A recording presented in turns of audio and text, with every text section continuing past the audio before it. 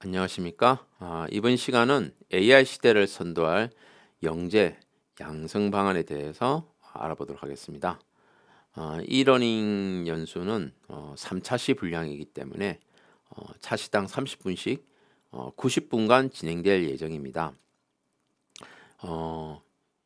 차시별로 끊어서 이제 하면 제일 좋은데 아무래도 강의가 연속성이 있다 보니까 저는 쭉 이어서 할 거고요.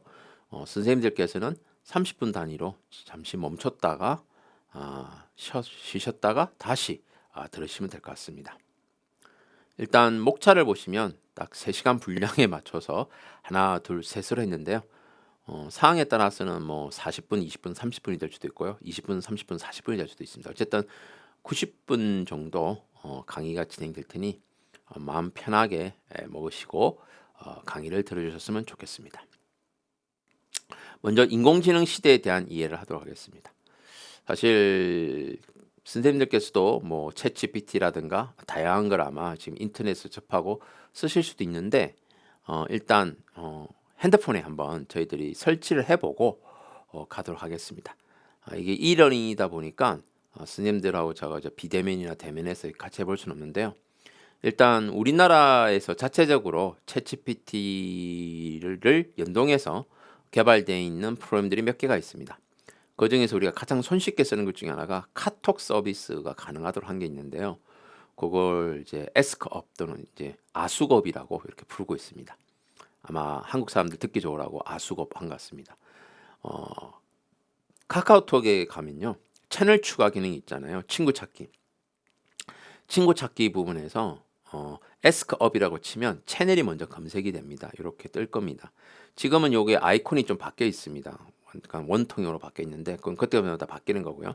그래서 채널 추가를 해서 누르시면 바로 친구처럼 들어오게 됩니다. 이때 이제 이 채팅창에 이 채널에다가 질문하면 답변 1대1로 주고받을 수가 있습니다.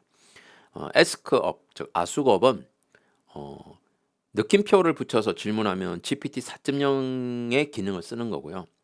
그 다음에 사진을 찍은 다음에 번역해달라 그러면 영어도 번역해주고, 그 다음에 음식을 찍으면 음식 칼로리도 계산해줍니다. 그 이제 한국 자체 기능으로 개발돼서 들어가 있기 때문에 그래서 에스크업을 이용하면 다양한 기능들을 활용할 수 있습니다. 오늘 제 강의 중간중간에 아마 나오게 될 겁니다. 그 다음에 또 하나는 리튼이라는 회사가 있습니다. 우리나라에서 이제 또 AI 관련되어서 대중화되어 있는 프로그램을 잘 만들고 있는데 얼마 전에 안드로이드와 iOS, 즉 아이폰과 이런 갤럭시 이런 쪽에 앱을 다 만들어서 론칭했습니다. 그래서 리턴을 검색하신 다음에 앱을 다운로드 받으시면 바로 쓸 수가 있습니다.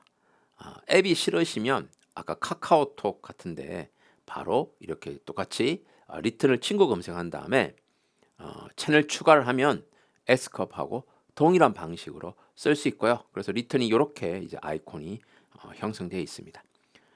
리턴은 GPT 3.5하고 4.0을 오며가며 선택에 따라서 쓸 수 있고요. 그리고 리턴이라는 이 회사는 주로 이제 글쓰기가 전문입니다. 이게 라이트 비슷하게 나오잖아요, 영어도. 그래서 다양한 계획서 보고 쓰기도 추가적으로 기능이 있기 때문에 유용할 것입니다. 그리고 이 리턴도 데스크탑용이 또 따로 있습니다. 홈페이지 가보시면 그거를 설치하게 되면 뭐 앱도 개발할 수 있도록 뭐 디자인하고 이런 기능도 있어서 선생님들께서 많이 활용할 수 있을 걸로 보여집니다. 예. 시간 되실 때 한번 설치해 보고요. 설치가 됐다고 생각하고 이어가도록 하겠습니다. 아직 설치 안 하신 분들은 화면을 잠시 멈추시고 설치를 하시면 될 것 같습니다. 리튼이든 에스컵이든 둘 중 아무것도 상관없는데 뭐 둘 다 설치하면 좋겠습니다. 저는 한 6가지를 깔아놓고 있거든요. 그러다 보니까 뭐 필요할 때마다 비교도 해보고 또 어떤 기능이 더 뛰어나면 그쪽을 사용하는 경향이 있습니다. 자, 그러면 인공지능 시대니까 인공지능에 대해서 한번 알아보도록 하겠습니다. 인공지능이라는 거는 뭐 오래전부터 있었습니다. 사실은 아티피셜 인텔리전스인데 이 보고서는 올 2월, 3월에 나온 보고서입니다. 대학 연구소 기업 이런 데서 인공지능이 연구한 지는 한 5-6년 됐거든요. 그 5-6년 동안 그 분야에 종사했던 사람들, 특히 교육 분야에 종사했던 사람들이 모여 가지고 교육에서 인공지능을 어떻게 활용할 것이냐에 대한 논의를 하기 시작했습니다. 그러다 보니까 정말 많은 인공지능들이 쏟아지기 시작했습니다. 뭐 챗GPT도 있고 뭐 미드저니 그림 그리는 미드저니도 있고 그다음에 동영상 만들어주는 젠2도 있고 그다음에 뭐 음성을 텍스트로 바꾸고 텍스트 정리해 주는 네이버 크로바도 있고 정말 많이 있습니다. 이 많은 것들을 다 일일이 할 수가 없으니 분류를 하기 시작했습니다. 그 분류가 바로 생성형 인공지능과 예측형 인공지능입니다. 생성형 인공지능은 말 그대로 인간의 창작물과 유사한 것을 만들어줍니다. 글, 소리, 이미지, 교육 콘텐츠 이런 것들 만들어줍니다. 물론 평가도 가능합니다. 어떤 내용을 창에 넣고 퀴즈 내줘 하면 퀴즈 문제 만들어줍니다. 그게 이제 생성형 인공지능이고요. 예측형 인공지능은 데이터를 바탕으로 통계 처리해서 말 그대로 예측하는 겁니다. 예를 들면 지금까지의 온도 변화를 집어넣어서 앞으로 10년 뒤에 연평균 기온은 어떻게 될 것이냐 이런 것들이 예측형 인공지능이죠. 그래서 이 생성형과 예측형으로 두 개 나눈 것은 아주 잘 나눈 구분이라고 봅니다. 이러면 명확하고 우리가 이해하기도 훨씬 더 쉬워지기 때문입니다. 예를 들면 개인화된 LMS 외에 학생이 얼마나 열심히 수강하고 있느냐 안 하고 있느냐를 가지고 얘가 조만간에 뭐 여기서 관둘 것이다. 계속 학습할 것이다. 이렇게 예측하는 거거든요. 그다음에 수강 신청도 역시 얼마나 많은 학생들이 선호 과목이 선택되고 하느냐에 따라서 이거는 몇 시간 이내에 조기 마감할 것이다. 이런 것까지도 예측하는 게 예측형 인공지능입니다. 결국 생성형 인공지능은 사람이 창작하는 영역하고 비슷하게 가고 예측형은 어떻게 보면 과학자나 수학자 같은 이공계 사람들이 어떤 예측하거나 뭐 할 때 쓰는 거라고 볼 수가 있습니다. 그렇지만 우리가 만나는 거는 보통 언어 기반 인공지능, 영상 판독 인공지능, 이미지 생성 인공지능 얘네들이 가장 유명하고 굉장히 많이 사용되고 있습니다. 챗GPT가 제일 유명하죠. 그다음에 뭐 미드저니, 뭐 스테이블 디퓨전, 뭐 여러 가지 그림 그리는 도구 정말 많습니다. 그래서 점점 많아지고 있는데 그 많은 거를 전부 다 우리가 따라잡을 수 없으니 이렇게 생성형 인공지능과 예측형 인공지능으로 나누는 것은 참 잘한 정리라고 생각합니다. 근데 이런 인공지능이 들어오면서 사실 학교 현장은 정말 혼란스러웠습니다. 대표적으로 미국에서 인공지능이 이 챗GPT 같은 것이 먼저 나왔던 미국에서 그러면 어떤 현상이 일어났느냐? 많은 학교는 챗GPT의 출현과 그것이 표절 및 다른 형태의 학생 부정 행위를 심화시키는데 어떻게 사용될 수 있는지 굉장히 혼란스러워했다. 지금 우리나라도 좀 그렇죠. 표절이라든가 숙제를 대신할까 봐 걱정도 하고. 그런데 결과적으로는 이거를 어떻게 사용할지를 정리하기 시작했다는 거예요. 그 첫 번째가 학생들이 시험 준비하는 데 도움을 받을 수 있다. 그러니까 교사 입장보다는 학생 입장에서 대학 들어갈 때 보는 시험을 뭐 맞춤형으로 문제를 내준다든가 이런 것들 가능하겠죠. 그 다음에 학생들이 브레인스토밍 할 때, 프로젝트 수업을 할 때, 브레인스토밍 할 때 뭐 질문하고 정리를 잘 해주니까 그래서 인공지능을 사용하고 그 다음에 기술의 올바른 사용 방법 이런 것도 알려줍니다. 물어보면. 그 다음에 글쓰기 당연히 잘하니까 작문 능력이 향상이 되고 그러다 보니까 이런 인공지능을 이용하면 그동안 시도하지 못했던 다양한 수업 방법과 기능들을 배울 수 있게 되겠죠. 그래서 전문성이 강해지고.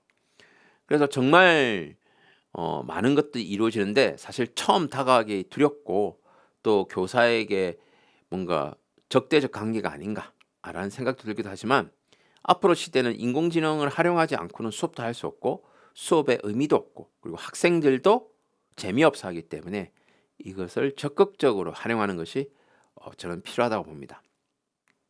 사실 그래서 우리나라에서도 일반 교육과정에서 2025년부터 수학, 영어, 정보 교과에 AI 디지털 교과서를 도입한다고 선언을 했습니다. 당장 2022 개정 교육과정이 초등학교, 중학교 24년에 처음 시작되는 수학, 영어 정보고요.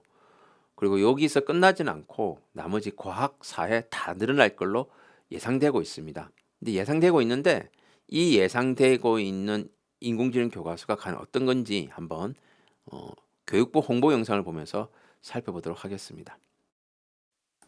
한 교실 안에서 각자 다른 수준을 가진 학생들의 학습 격차 완화를 위해 선생님은 오늘도 고민이 많습니다. 빠른 AI 기술 발전은 선생님의 고민을 해결하는 데 도움을 줄 수 있습니다. 한 명의 교사가 다양한 수준의 학생을 평균적인 수준에 맞춰 가르치는 수업에서 개인별 맞춤 수업으로 변화하는 학교, 지식 전달자의 역할에서 학습 촉진자의 역할로 창의와 인성 교육에 집중하는 선생님, 수동적 학습 활동에서 벗어나 AI 맞춤형 학습 지원으로 자기주도 학습을 실천하는 학생까지.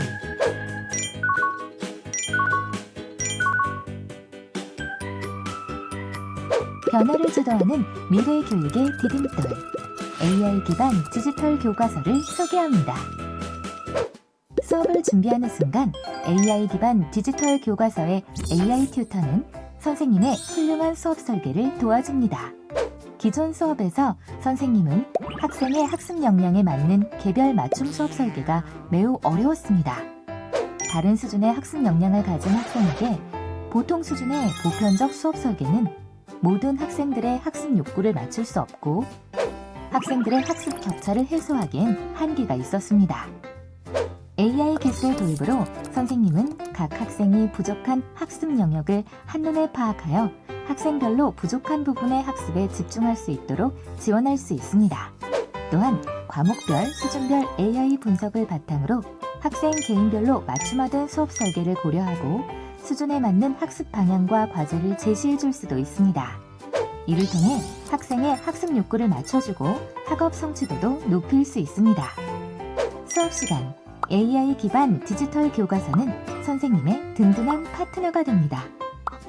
선생님은 AI를 활용한 학생별 맞춤 수업 진행 중 학생에게 필요한 각각의 상호작용을 지원합니다.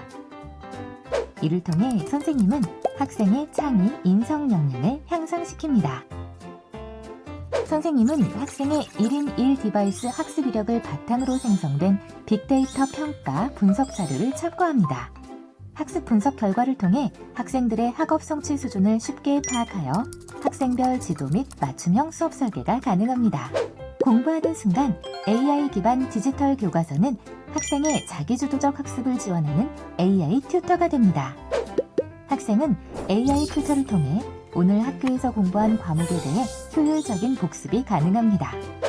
적합한 AI 추천 학습 콘텐츠는 학생의 능동적인 자기주도 학습을 지원합니다. AI 튜터를 활용해 학생은 질문 답변을 확인하며 자기주도 학습을 합니다. AI의 관련 콘텐츠 추천을 통해 학습에 대한 더 많은 흥미를 가질 수 있습니다.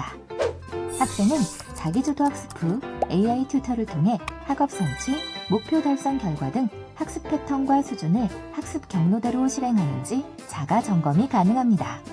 업무 시간 경감은 선생님이 창의적 교수 활동에 전념할 수 있도록 도와줍니다. 미래의 환경 변화에 발맞춰가는 학교, 변화에서 미래 교육을 주도하는 선생님, 능동적으로 자기주도 학습을 실천하는 학생, 교육의 새로운 변화, AI 기반 디지털 교과서. 자, 보셨습니까? 이게 이제 교육부가 제시하고 있는 AI 디지털 교과서인데요. 사실은 생성형 인공지능과 그 다음에 예측형 인공지능이 모두 사용되고 있습니다. 그렇지만 아쉬운 거는 이게 약간의 그 개인 문제풀이 중심의 그 테두리를 이루는 교육에서의 어떤 평가, 진단 평가를 하고 형성 평가를 하는 그 구조로 돼 있어서 사실은 제일 중요한 역량을 키우는 교수 학습에 관한 부분은 많이 빠져 있습니다. 실제 시범 학교 아직 안 정해졌지만 기술력을 보면 수학 문제를 수업 전에 주어지면 그 문제를 손으로 풉니다. 펜을 가지고 풀겠죠. 그럼 필기 인식이 되고 또 영어 시간에 음성으로 답변합니다. 그럼 또 음성 인식이 되겠죠. 그러면 그렇게 데이터가 쌓이고 그리고 그 데이터 쌓여서 뭐가 맞다 틀렸다가 딱 바로 눈앞에 교사 패드에 뜨면서 교사는 이런 부분을 더 집중적으로 수업을 해야겠구나라고 해서 수업 활동을 합니다. 하고 나서 이제 형성평가를 풀게 되는데 이때 형성평가는 이런 인공지능이 만든 즉 학습 내용을 바탕으로 인공지능이 만들어낸 문제인데 똑같은 것이 아니라 진단평가에서 어떤 학생이 어떤 걸 잘 풀고 못 푸는에 따라서 서로 다른 문제가 주어지고 그 문제를 또 학생이 풀면서 문제 해결력을 기르는 즉 예측할 수 있는 이런 걸 잘 못 풀 거야. 이런 걸 잘 풀 거야. 이렇게 해 주는 거.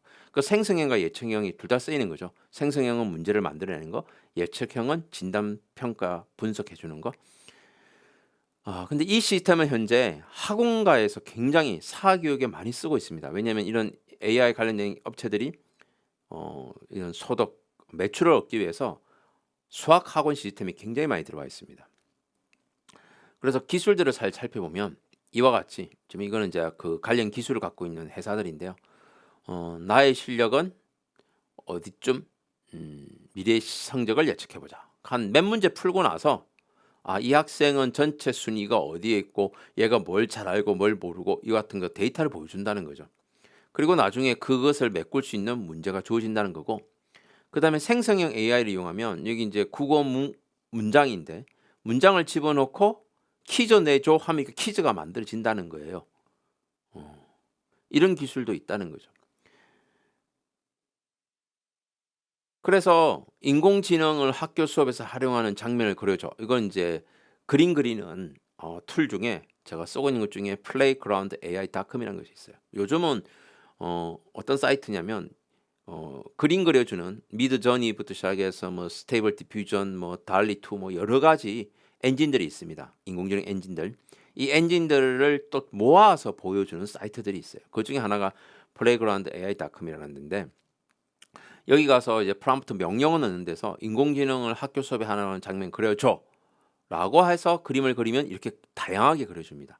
그래서 어떤 거는 스테이블 디퓨전 뭐 1.5, 스테이블 디퓨전 뭐 2.0, 어떤 거는 달리2 뭐 이런 것들을 이용한 건데 결국 인공지능을 이용해서 학교 수업을 하는 장면을 그려달라 그러면 학생들은 정상적으로 앉아 있고 대부분 모니터를 보고는 앞에 큰 화면을 봅니다. 그래서 이런 상황이란 걸 알 수가 있죠. 그래서 구체적으로 어떻게 될지 잘 모르겠는데 아까 말씀드린 S컵이라는 데 가서 이 부분을 좀 써달라, 그려달라. 똑같이 하면 이렇게 그림을 좀 더 자세히 그려주고 그리고 설명이 나와요. 좋아요. 인공지능이 학교 수업에서 활용되는 장면을 그려보겠습니다. 그래서 뭐 개인 노트북을 가지고 뭐 하는 거. 그 다음에 인공지능 활용할 때 선생님이 학생들을 이용해서 상호작용 툴을 쓴다. 그러니까 현재 주어져 있는 걸 가지고 정보를 가지고 그림을 그리기 때문에 그래서 어쨌든 수업이 바뀔 거라는 거를 우리가 짐작할 수 있는 내용이라고 할 수 있습니다. 그 다음에 리턴에 가서도 인공지능을 학교 수업에 활용하게끔 그려줘라고 하면 좀 더 다양하게 그리죠. 그러니까 어떤 엔진을 쓰느냐에 따라서 이 생성형 인공지능이 서로 다른 그림을 그려주고 또 질문할 때마다 조금씩 바뀝니다.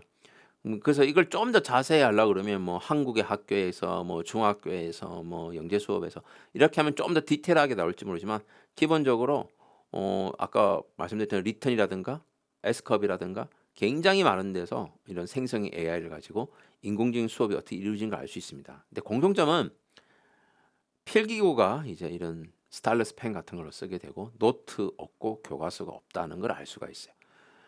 결과적으로 인공지능 시대가 되면 이제 서책이라는 것이 없어지다 보니까 현재 2022 개정교육과정 나와서 많은 출판사들이 교과서를 만들고 있는데 이 교과서들이 이제 디지털 교과서로 넘어가야 되는 상황이 온 거죠. 그래서 여러 가지로 많은 변화들이 있을 걸로 예상되고 있습니다.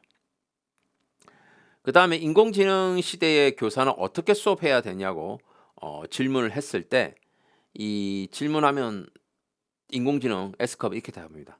개별 맞춤 학습을 해야 돼. 창의적 문제 해결 능력을 강화시켜야 돼. 윤리적 사회적 고려 사항을 강조해야 돼. 협업과 커뮤니케이션을 강화해야 돼. 라는 말이 나옵니다.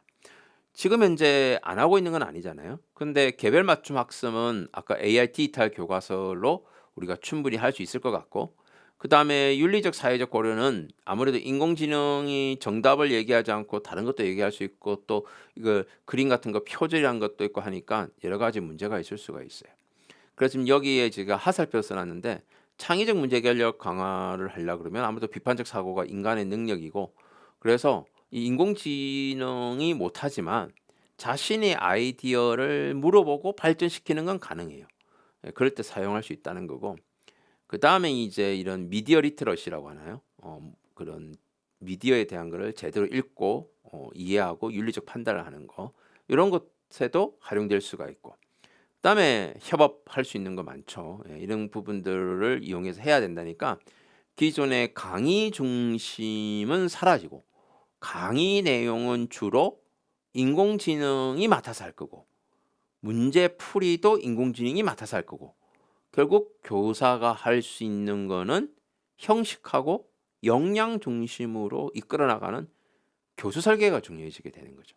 이런 부분들을 가지고 진행하면 좀 더 나을 거라는 생각이 들고요. 그 다음에 리턴에게 물어봤어요. 인공지능 시대의 교사는 어떻게 수업해 했을 때 앞에하고 같은 질문 했는데도 조금 답은 다르죠. 결국 어떤 인공지능의 어떤 엔진 언제쯤 질문하냐에 따라서 결과물이 달라진다고 볼 수가 있습니다. 그래서 봤더니 AI와 협력해야 돼, 창의력 강화해야 돼, 인간 교감 강화해야 돼, 디지털 역량 강화해야 돼, 평생학습 강화해야 돼 라는 말이 있습니다. 아무래도 AI를 활용하면 학습의 효율, 자, 지금도 제가 이 강의록 만들 때 인공지능한테 물어서 답변을 구해서 하잖아요. 얼마나 강의록 만들기가 쉬워졌어요. 안 그러면 이거를 내가 일일이 생각해야 되고 뭔가 찾아봐야 되는데 굳이, 그리고 이거 읽어봤을 때 비판적 사고로 판단을 할 수 있으면 돼요. 이렇게 될 거냐 말 거냐인데, 저는 지금 AI 융합교육대학원에서 강의도 하고 있기 때문에 계속 이 부분을 연구하고 있거든요. 틀린 얘기를 하질 않아요. 그러다 보니까 이렇게 좀 더 간단하고 명료하게 쓰고 있다고 보시면 될 것 같아요. 그 다음에 인간 교감, 이제 학생과의 협업이 더 중요해진다고 말씀드렸잖아요. 예, 그것이 역시 등장할 걸로 예상하고 있습니다. 그 다음에 이제 또 질문합니다. 인공지능이 틀린 답을 많이 하는 이유는 뭐냐라고 물어봤어요. 물어봤더니 이런 얘기를 합니다. 데이터가 한정되어 있다. 모호한 질문했다. 정보가 부족하다. 그리고 주어진 질문에 대한 이해가 부족했다. 그 다음에 편향된 데이터가 많다.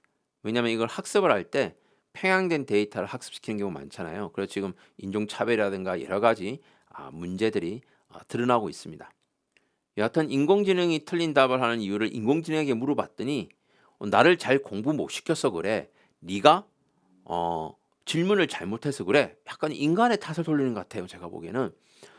근데 인공지능이 틀린 답을 하는 이유는 명확하거든요. 그거는 인공지능이 만들어지는 과정을 살펴보면 알 수가 있습니다. 리턴도 인공지능이 틀린 답을 하는 이유를 물어봤더니 학습 데이터의 부족 불균형, 복잡한 문제에 대한 한계, 올바르지 않은 데이터에 대한 학습, 문제 정의 한계. 이것도 결국 내가 공부할 만큼 충분히 안 줬어. 그리고 질문한 네가 제대로 질문 안 했어. 라고 인간의 탓을 돌리는 것 같은 느낌이 전 들었어요. 그러면 인공지능이 틀린 답을 왜 하느냐? 이거는 챗 GPT라는 단어를 보면 알 수 있습니다. GPT라고 그러잖아요. 지금 인공지능 중에 이런 텍스트 기반으로 대화 나누는 거 대표적인 게 챗 GPT잖아요. 그게 이제 그 서비스를 쓰는 게 리턴이고 S컵이니까. 이 챗 GPT의 G는 제너러티브니까 생성형입니다. P는 pre-trained입니다. 미리 학습된, 미리 훈련된입니다. 그 다음에 마지막 T가 뭐냐? 트랜스포머라는 뜻입니다. 트랜스포머가 그럼 뭐냐? 트랜스포머는 전환이란 뜻이거든요. 이 트랜스포머는 일종의 알고리즘입니다. 이 알고리즘은 구글이 인공지능을 개발하고 연구할 때 인간의 언어를 어떻게 컴퓨터가 이해하도록 학습시킬 건가, 어떤 단어를 어떻게 가져올 건가에 대한 것을 보여주는 그 구조입니다. 그래서 지금 여기 트랜스포머 모델을 보면 I'm a student 이라고 하면 이거를 컴퓨터가 읽어들을 수 있도록 바꿔주는 게 인코드입니다. 이 인코드를 받아들여서 중간에서 처리합니다. 지금 여기 보면 인코드가 있고 중간에 처리를 해서 디코드로 바깥으로 내보냅니다. 내보낼 때 다시 이 불어로 바꾸는 장면일 것 같아요. 그러면 제가 불어를 모르기 때문에 그래서 이거를 읽어드린 다음에 처리해서 다시 내보낸 거. 이 내보낸 걸 디코드라고 그러거든요. 이걸 트랜스포머라 그래요. 그럼 이 트랜스포머를 가지고 하는데 왜 틀린 답을 하느냐? 이 틀린 답 하는 것을 hallucination은 환각이라는 뜻이거든요. 인공지능이 학습한 거를 답을 낼 때 자기가 추론을 하게 됩니다. 그런데 정보가 없으면 추론하지 않습니다. 그래서 정보가 부족하다, 정보가 없다고 얘기하고 유사한 정보가 있으면 그 유사한 정보를 가지고 답을 냅니다. 생각해보면 우리가 인공지능에 충격을 먹은 거는 그 2016년인가요? 이세돌 바둑 둘 때 바둑 기보랬는데 1승하고 나머지 4승을 이제 인공지능이 그게 알파고죠. 알파고는 정답을 찾는 것이 아니라 가장 확률이 높은 거를 택합니다. 그래서 이 트랜스포머라는 것 자체가 인간이 쓰는 언어를 받아들여서 가장 확률적으로 높은 걸 택해서 답으로 보여줘요.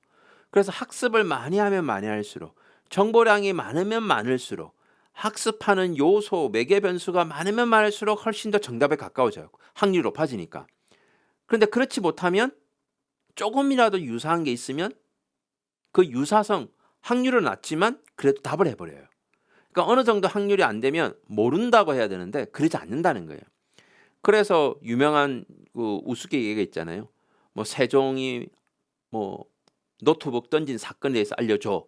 그러면 뭐 쓰다가 갑자기 어떤 앱을 쓰다가 화가 나서 던졌다 이런 거짓말을 하거든요. 그래서 그거는 질문 자체가 이런 환각을 일으킬 수밖에 없는 상황이었다라고 보시면 될 것 같고 그런 것들을 이제 잘못 오해하면 그 분야의 종사자가 아니면 예를 들면 한국 사람이 아니고 한국사를 잘 모르면 엉뚱한 질문에서 엉뚱한 사람이 뭘 했다고 나올 수가 있거든요. 저도 연구를 하면서 뭐에 관한 책은 논문 찾아줘. 그럼 얘가 거짓말을 써요. 학자도 거짓말, 논문 제목도 거짓말. 그건 어쩔 수가 없어요. 트랜스포머의 알고리즘 때문이고 그럼 그걸 줄이는 방법은 내가 많이 알아서 그걸 판단을 잘하거나 또는 훨씬 더 많은 학습량을 학습을 시켜야 되는 거죠. 그런 측면 때문에 모든 것을 답하는 만능은 사실 지금은 어렵고 분야별로 학습량을 달리하면서 할 수 있지 않을까 생각합니다. 근데 이제 우리가 인공지능 개발의 선두주자라고 하는 오픈 AI의 챗 GPT, GPT-4가 있고요.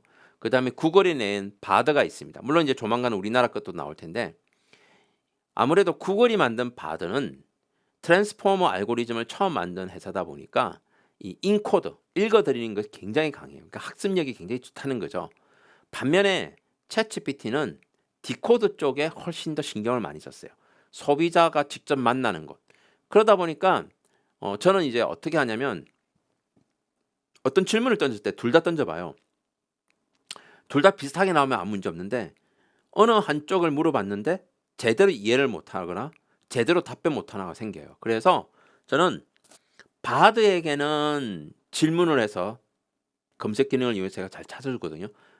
내용을 살펴보고 그 내용을 복사에다가 챗GPT에 넣은 다음에 챗GPT로 뭔가 결과물을 얻어요. 예를 들면 코딩해달라, 뭐 분석해달라 이제 이렇게 하는 거예요.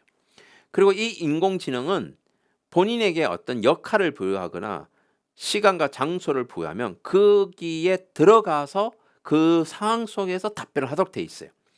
그래서 지금 화면에 보여질 게 뭐냐면 챗GPT를 만약에 쓴다고 하셨을 때는 이거를 항상 질문창 앞에다가 물론 새 대화일 때만 그렇습니다. 중간에 바꿀 수는 없고요. 항상 새 대화를 열어서 저렇게 샵 표시 다음에 영어로 그 다음에 콜론, 세미콜론인가요? 콜론 찍고 세미콜론이죠. 찍고 무슨 명사를 쓰면 저와 같이 됩니다. 예를 들면 세팅을 그러고 우주선 내부라고 그러면 우주선 내부에서 진행되는 걸로 하기 때문에 우주에 관한 여러 가지 대화가 이루어집니다.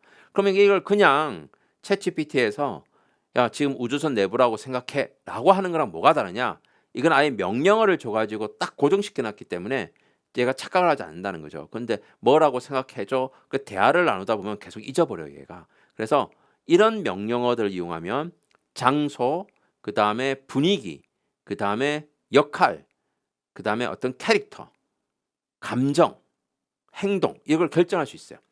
가장 많이 쓰는 건 세 번째인 롤입니다. 예를 들면 의학적인 거에 대한 질문을 얻고 싶다. 그러면 샵 롤 땡땡 의사라고 하면 나는 지금부터 의사입니다. 어쩌고저쩌고 여러분들 답변을 정확하게 드리겠습니다. 그 다음에 물어보는 거랑 그냥 물어보는 거랑 너 지금부터 의사 역할을 해봐 라고 물어보는 건 전혀 다릅니다. 그래서 이런 명령어들을 프롬프트 명령어들을 사용하면 훨씬 더 정확한 답을 얻어낼 수가 있다라는 겁니다. 그래서 여기는 지금 세팅, 무드, 롤, 페르소나, 그 다음에 이모션, 액션이 있고 그 다음에 로케이션, 위치, 그 다음에 타임, 그 다음에 토픽, 스타일, 템퍼리처, 그 다음에 탑 있겠습니다. 그래서 이 템퍼리처는 온도 아닙니다. 창의성을 높은 답을 원할 때, 그 다음에 다양성을 요구할 때. 이거 왜냐면 이 양면의 칼이잖아요. 그러니까 다양한 걸 내려면 창의성이 좀 높아져야 되고 창의적을 높이면 거짓말이 많고 그래서 이런 값들을 조절하면서 뭘 해볼 수가 있기 때문에 이런 프롬프트 명령어를 지금이라도 화면 멈추시고 한번 보신 다음에 뭐 챗GPT 넣었던 리턴을 했던 에스크를 했던 다 이 명령어를 봤거든요.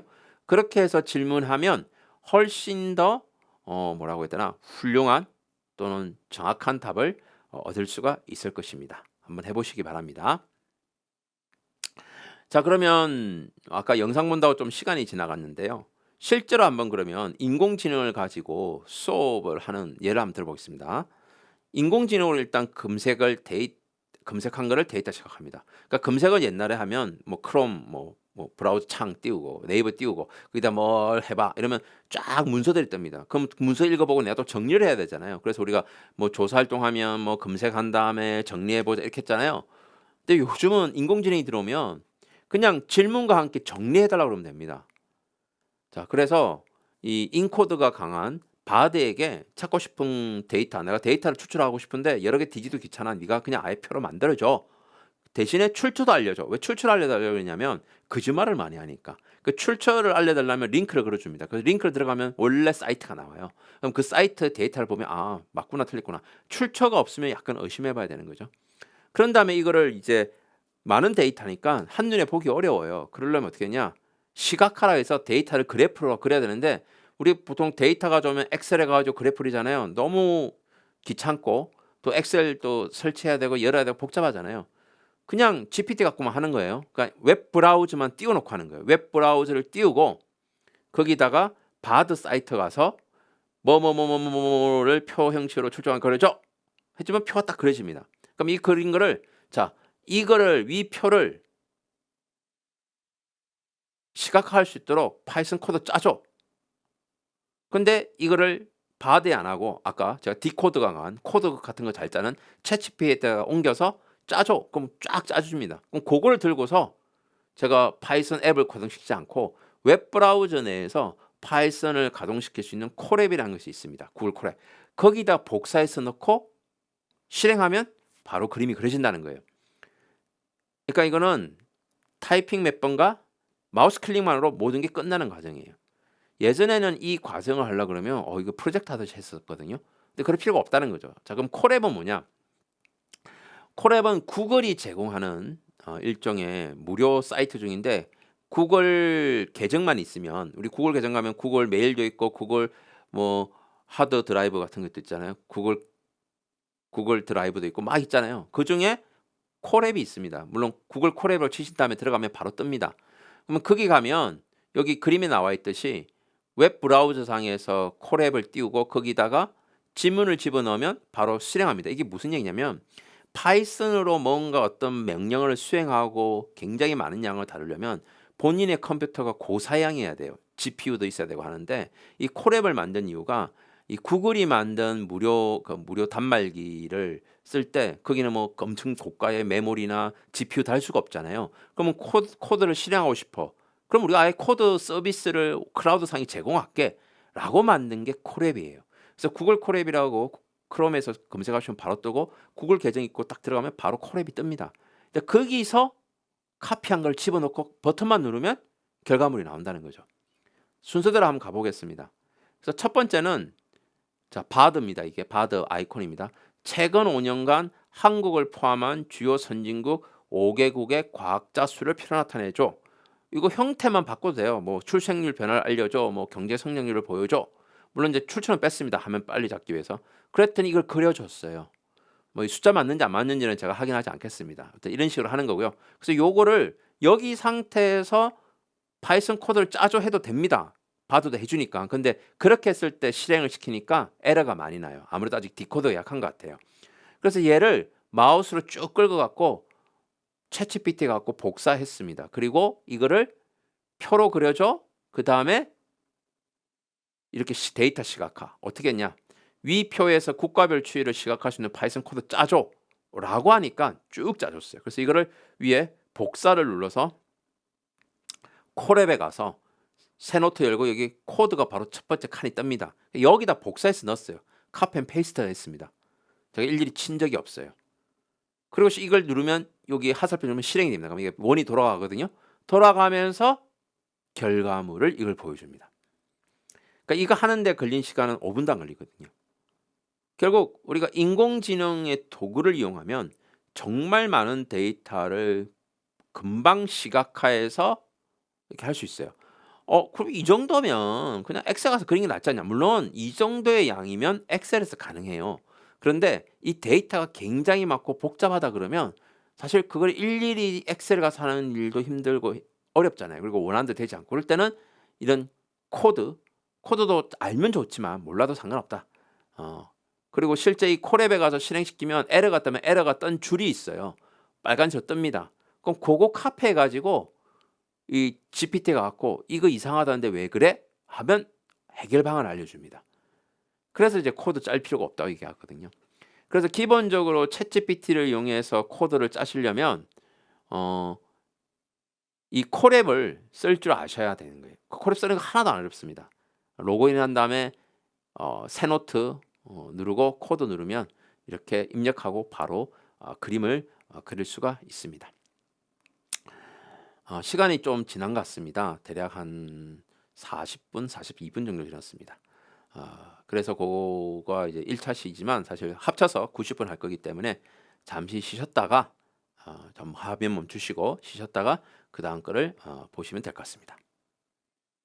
자, 두 번째는 인공지능 시대 영재교육 방향입니다. 조금 전에 이제 인공지능이 어떻게 작동하고 인공지능을 이용해서 간단하게 수업해 본 걸 봤습니다. 자, 인공지능 시대에 요구되는 역량은 기본적으로 이런 역량들이 필요하다라고 이미 10년 전부터 얘기되었었습니다. 근데 보시면 알겠지만 지금 요구하는 거는 별 차이가 없어요. 그죠? 그만큼 10년 전부터 많은 사람들이 미래는 인간의 역량이 제일 중요할 거라고 본 거죠. 그래서 이 많은 역량들을 실제 우리가 수업을 한다고 했을 때 뭐라고 정리할 수 있을 것이냐? 저는 이제 이렇게 정리해 봤어요. 서로 협력하면서 자기 주도 학습하고 공간과 소통을 통해 새로운 아이디어를 디지털로 구현하는 학습. 자, 그러면 선생님들 한번 생각해 보세요. 지금 본인이 하고 있는 영재 수업이 협력하게 하는지, 자기 주도 학습하게 하는지, 공간과 소통의 과정이 있는지, 새로운 아이디어를 내는 과정이 있는지, 디지털로 표현하는 과정이 있는지. 이게 다 있다 그러면 미래 지향적인 수업을 하고 계시는 거고, 만약에 어떤 게 부족하다면 그것을 메꾸면 되겠죠.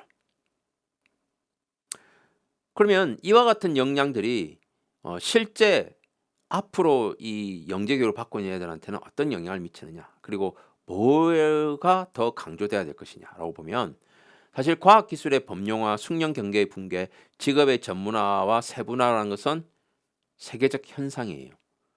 이건 이제 맥킨지 보건소라고 매년 미국에서 이건 주가 경제 정치 관련된 보고서 내는 맥킨지 보고서라고 있습니다. 거기서 2030년 이후가 되면 과학 기술은 누구나 쓸 수 있는 거. 예를 들면 아까 그 시각화, 데이터 시각화하는 파이썬, 이거 파이썬 열심히 공부하고 해야 되잖아요. 숙련 연습해야 됩니다. 할 필요가 없잖아요. 그러니까 과학 기술의 범용화, 숙련 경계의 붕괴는 이미 이루어지기 시작했어요.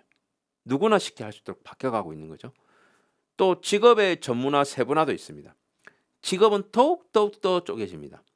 최근에 제가 본 기사 중에는 SNS 큐레이터라는 직업이 있더라고요. SNS 큐레이터가 뭔가 봤더니 하도 이거 인스타그램에서 뭐 유명인들이 사고를 많이 치니까 기획사에서 아예 인스타그램을 관리하고 주제 정하고 어떤 식으로 언어 써야 되고 뭐 이런 것들을 코디네이트하는 전문가가 생기기 시작한 거예요. 어떻게 보면 유명 선수들이나 유명 연예인들이 인스타그램을 쓸 시간이 없을 수 있어요. 그런데 대중들하고 소통하는 방법으로서 굉장히 유용하기 때문에 안 할 수는 없고, 그럴 때 본인보다는 이런 전문가들이 붙어가지고 뭔가 의미 있게 가치 있게 만들어주는 거, 실수하지 않도록, 그런 것들이 세분화된 직업입니다. SNS 큐레이터라는 새로운 직업이 생겨났다는 거죠. 유튜버라는 직업이 생겨났듯이 이제 점점점 그런 것들이 더 세분화되고 있죠. 그러니까 이런 세상의 변화 속에서 영재 교육을 하는데 그러면 뭐 과학 기술을 엄청 해야 될 것이냐?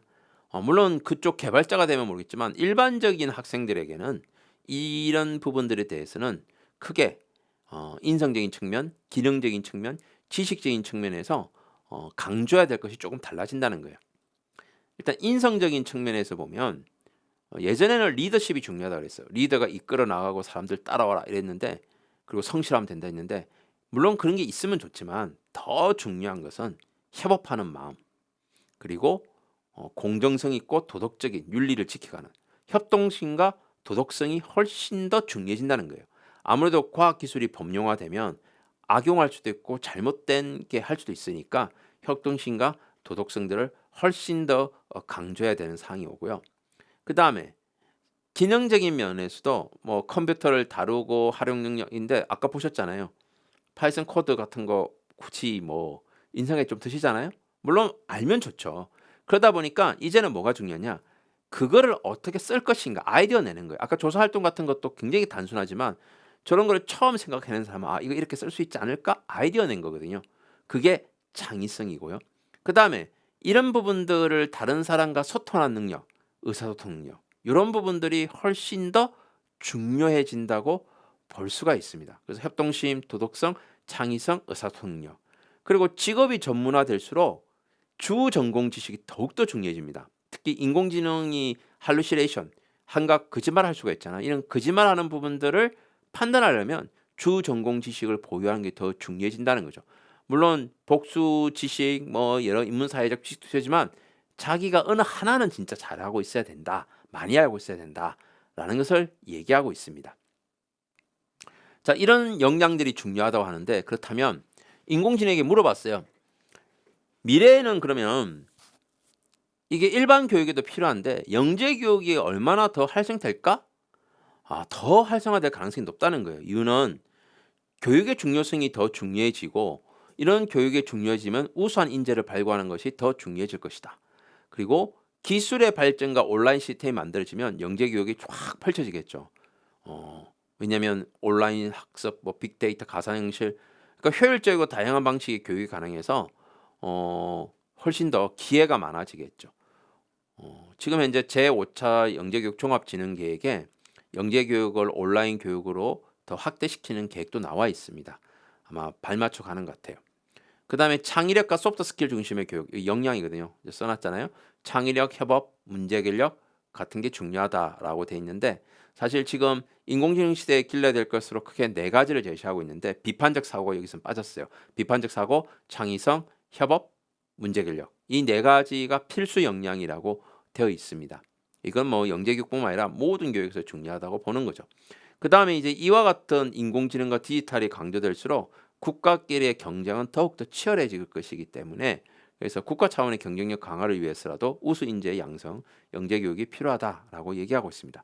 그럼에도 불구하고 영재교육의 불평등, 접근성 문제, 강인 경쟁들의 문제가 발생할 수 있으니 항상 조심하고 노력해야 된다, 이런 내용도 포함되어 있습니다. 그러면 미래 영재교육은 어떻게 변화될 것이냐라고 물어봤더니, 여기서는 이제 개인화된 교육, 아무래도 AI 디지털 교과서처럼 개인 맞춤형이 훨씬 더 강조되겠죠. 그리고 온라인 학습도 훨씬 더 많아지게 될 거고, 그리고 프로젝트 기반 학습도 증가하게 될 겁니다. 그리고 세계화와 글로벌 역량도 증가하게 될 겁니다. 아무래도 비판적 사고, 문제결력, 협업, 창의성, 이런 부분들을 강조하려고 그러면 그냥 강의식 수업, 토론식 수업으로는 불가능하고, 프로젝트 기반 학습을 많이 함으로 해서 저런 역량들을 기를 수 있는 기회들이 훨씬 더 많이 제공이 되겠죠. 결국 앞으로의 이 영재 교육은 프로젝트 학습을 통한 역량 교육으로 바뀔 것이다. 이게 이제 저희 생각이고 주장이기도 합니다. 그래서 보면 이 계속 리튼에게 물어봤어요. GPT-4거든요. 물어봤더니 뭐 개별화된 학습 계획 제공, 도전적인 커리큘럼, 협업과 의사소통, 인공지능 사고 방식, 평가 계속 똑같은 말을 반복하고 있습니다. 아무래도 인공지능이 학습한 교육 관련 문서들에서 계속 이런 얘기를 하고 있으니까 당연히 동일한 대답이 나온다고 볼 수가 있습니다. 그리고 인공지능이 영재 수업을 진행하는 교사에게 어떤 도움을 줄 것인가에 대해서도 질문을 했어요. 그랬더니 대답도 똑같습니다. 앞에서 나왔듯이 개별화된 교육 지원, 학습 자료 제공, 시간 및 피드백 관리, 과목 간 연계 및 협업 지원, 학습 진주동 및 성취도 추적, 온라인 교육의 확장 이렇게 돼 있어요. 사실 따지고 보면 아까 AI 디지털 교과서는 여기서 3번, 4번, 5번 이런 부분들에 굉장히 많은 도움이 될 수 있겠죠. 그래서 AI 디지털 교과서가 만약에 처음 시도되어서 활성화되고 잘 되면 영재 교육을 위한 것도 만들어지지 않을까 생각하고 있습니다. 현재 당장은 이제 중학교 수준, 초중학교에서의 AI 디지털 교과서를 수학, 영어, 정보, 그 다음에는 아마 과학, 사회 이렇게 다 들어갈 것 같아요. 그런 다음에 이제 영재 교육 차례가 올지도 모르겠으나 어쨌든 이런 부분들이 데이터를 쌓고 데이터로부터 뭔가 예측하는 이런 도움을 얻을 수 있을 걸로 예상이 되기 때문에 선생님들께서 충분히 활용할 수 있을 것이라고 생각합니다. 자, 그래서 이제 3부로 가는데요. 아까 2부 좀 시간이 되게 짧잖아요. 그건 아마 선생님들께서 화면을 멈추시고 글을 읽으시면 될 것 같고요. 지금까지 대략 한 50분 정도 지났습니다. 그래서 잠시 쉬셔도 되고요. 아니면 계속 보셔도 됩니다.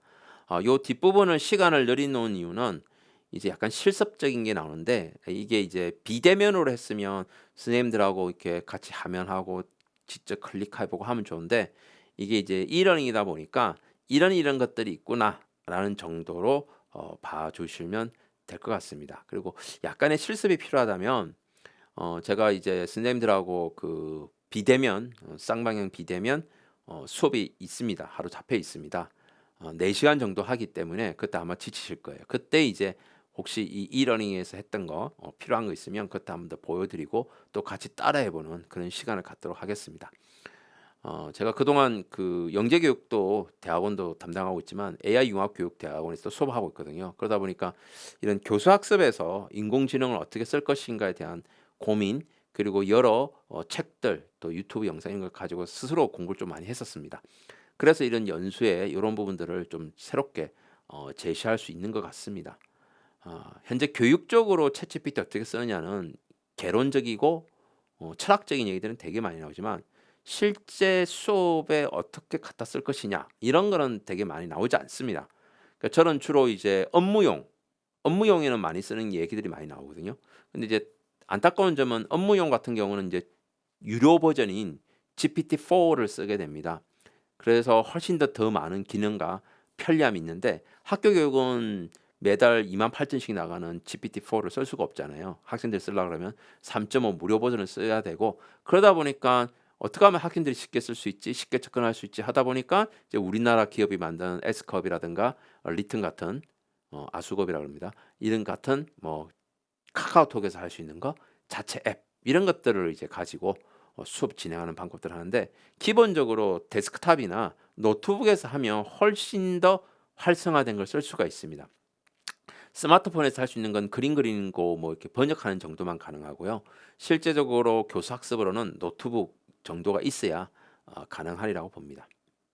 그리고 일대 여기 나오는 것들은 대부분 제가 실제 수업에서 검토했던 내용들이란 걸 다시 한번 더 관심 있게 봐주셨으면 좋겠습니다. 학생들에게 영재교육이 뭐냐고 물어보면 뭐 어쩌고저쩌고 하겠지만 인공지능은 기존의 문서들을 가지고 답변하기 때문에 리튼에게 물어봤어요. 이게 인공지능 엔진마다 조금씩 다른 답을 하지만 저는 이 답이 참 마음에 들어요. 맞춤형 교육 프로그램 그리고 도전적인 학업 환경. 그러니까 영재 교육은 재능 있는 학생들이 뭔가 새롭고 도전적으로 할 수 있는 학습 경험을 제공하는 것이 필요하다라고 저는 생각하고요. 이런 도전적인 학습 경험들이 주어지려고 하면 결과적으로 학생들한테 뇌 발달과 관련되어서 어떤 학습들이 이루어져야 된다고 저는 보고 있어요. 그래서 이 뇌 발달은 어른들은 이미 이 뇌 발달이 다 끝난 상태입니다. 25세까지만 성장을 하기 때문에 25세 이후가 되면 사실 더 이상 성장하기 어렵거든요. 그래서 청소년기가 굉장히 중요하다는 걸 알 수가 있는데 지금 저기 보시면 대뇌가 이제 옆자가 들어가 있는 걸 다 합쳐서 대뇌라 그러고 그다음에 몸의 균형과 세밀한 운동을 담당하는 소뇌가 있고 그다음에 인간의 감정을 담당하는 변형계가 있습니다. 그래서 대뇌, 소뇌, 변형계 이게 이제 큰 골격인데 이 대뇌 피질이란 부분이 인간의 사고와 이런 동작이나 여러 가지를 결정하는 뇌입니다. 뇌. 우리가 생각하는 뇌고 변형계는 감정을 담당하는데 따로따로 있는 것이 아니라 얘네들이 유기적으로 연동돼서 갑니다. 그리고 중간에 제가 하살표를 넣어놨는데요. 하살표를 없다가 넣어놨죠. 이 하살표는 뇌가 활성화되는 시기가 다 다르고 성장하는 시기가 다르다고 얘기하는 겁니다. 후두엽은 0에서 3세 정도, 척두엽은 뭐 한 4, 5, 6, 7, 세, 두정엽은 9세부터 11세 사이, 전두엽은 13세에서 19세 사이 이렇게 성장한다고 합니다. 무슨 얘기냐면 척두엽이 발달하고 있는 시기에 전두엽을 활성화시키기에 적합한 프로그램을 운영하면 별로 좋지 않다는 거예요. 효과가 없다는 거예요. 척두엽이 발달할 시기에는 척두엽을 발달할 수 있는 과제를 주거나 문제를 줘야 된다는 거예요. 척두엽이 언어 청각이니까 길을 듣거나 발표하거나 구연동하거나 말을 하거나 글을 짓거나 하는 거예요. 두정엽은 감각이거든요. 그러니까 스포츠 활동 이런 게 두정엽이거든요. 그러니까 스포츠를 잘한다 못한다는 사실 초등학교 3, 4학년 때 결정이 돼요. 10살, 11살 저때 운동신경을 많이 해서 활성화시키려면 평생 운동을 잘할 거고 저때 운동신경을 활성화 못 시켜놨으면 지금 시작하면 안 돼요.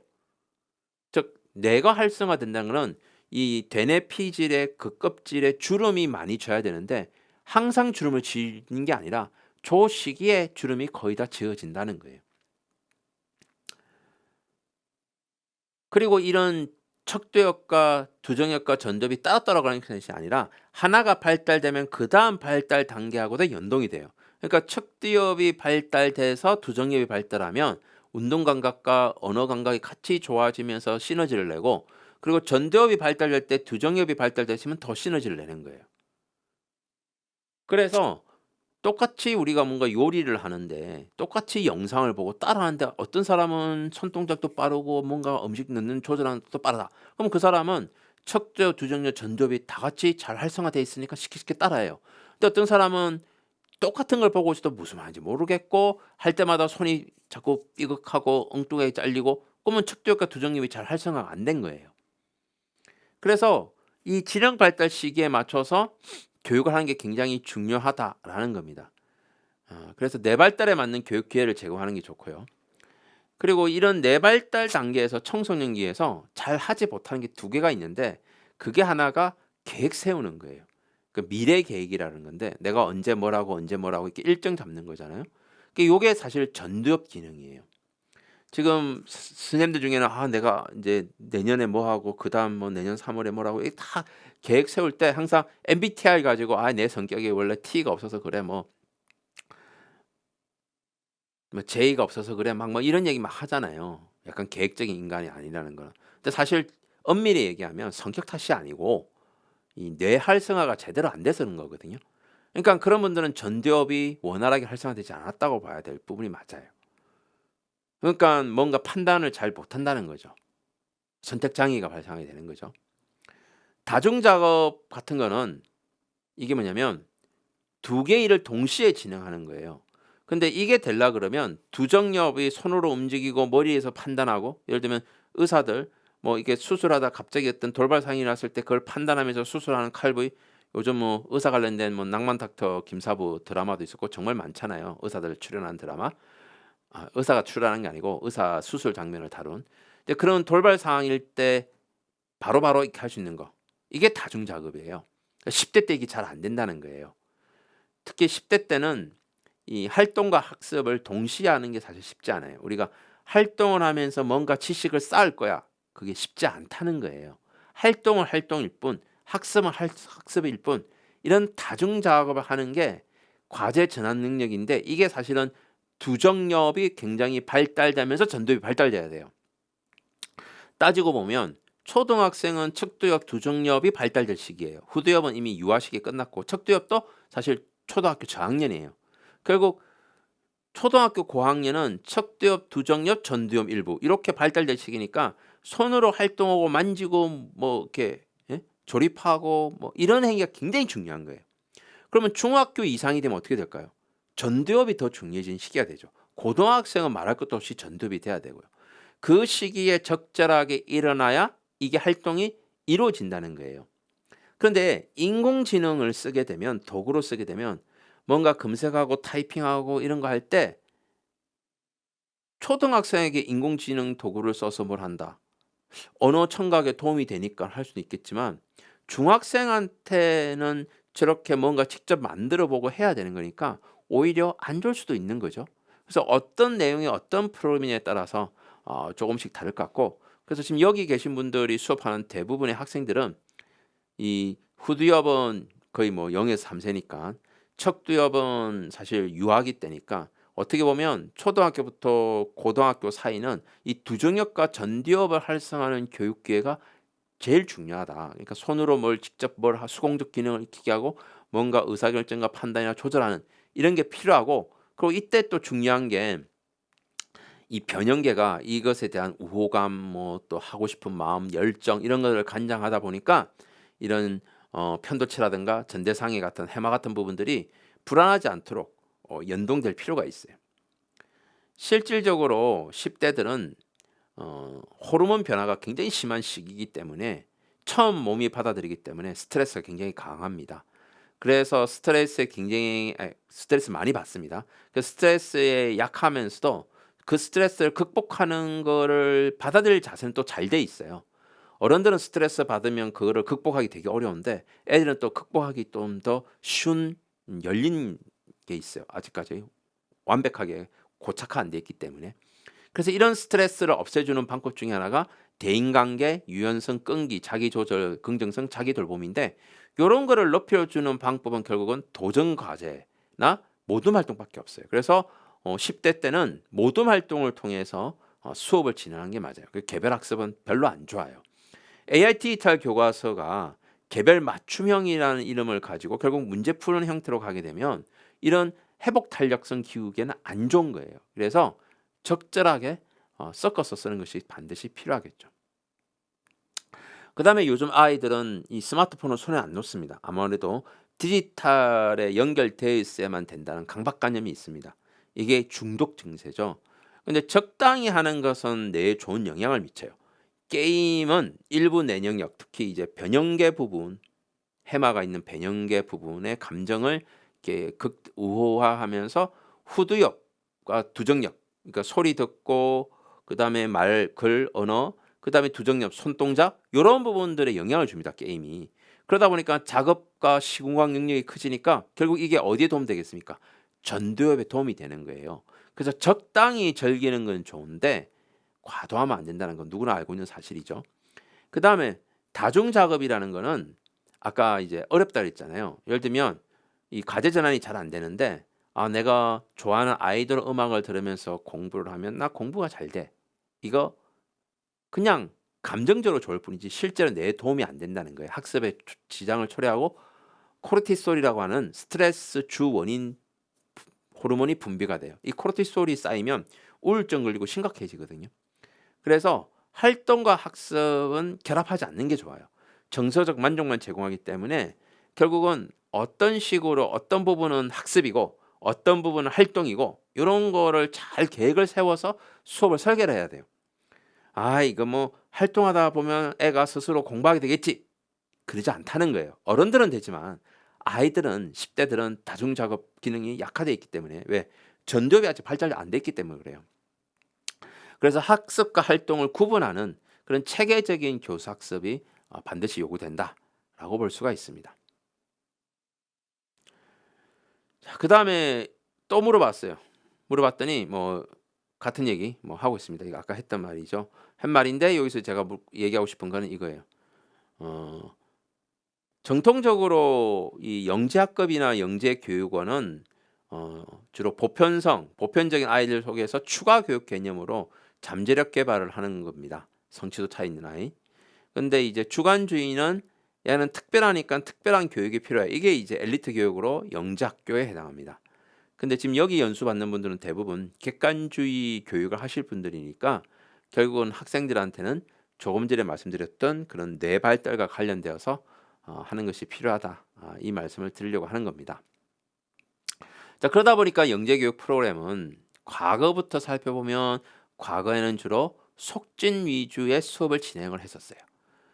그러다가 심화 프로그램 그리고 속진과 심화를 섞어서 하게 됐습니다. 그러니까 속진이란 말은 중학교 1학년이 고등학교 1학년 교육과정을 그냥 바로 배우는 거예요. 선행학습이죠. 이거는 내 발달과도 맞지도 않기 때문에 사실 안 좋은 거고, 심화가 좋다고 그러는 이유는 심화는 어떤 주제가 있으면 깊게 세밀하게 더 알아보는 거라서 좋은 수도 있는데 또 단점도 있기 때문에 그래서 둘 다 섞어 쓰면 어떠냐라는 생각이 들었습니다. 그래서 이 시대의 생각은 주로 학문을 좀 중심으로 봤던 경향이 있습니다.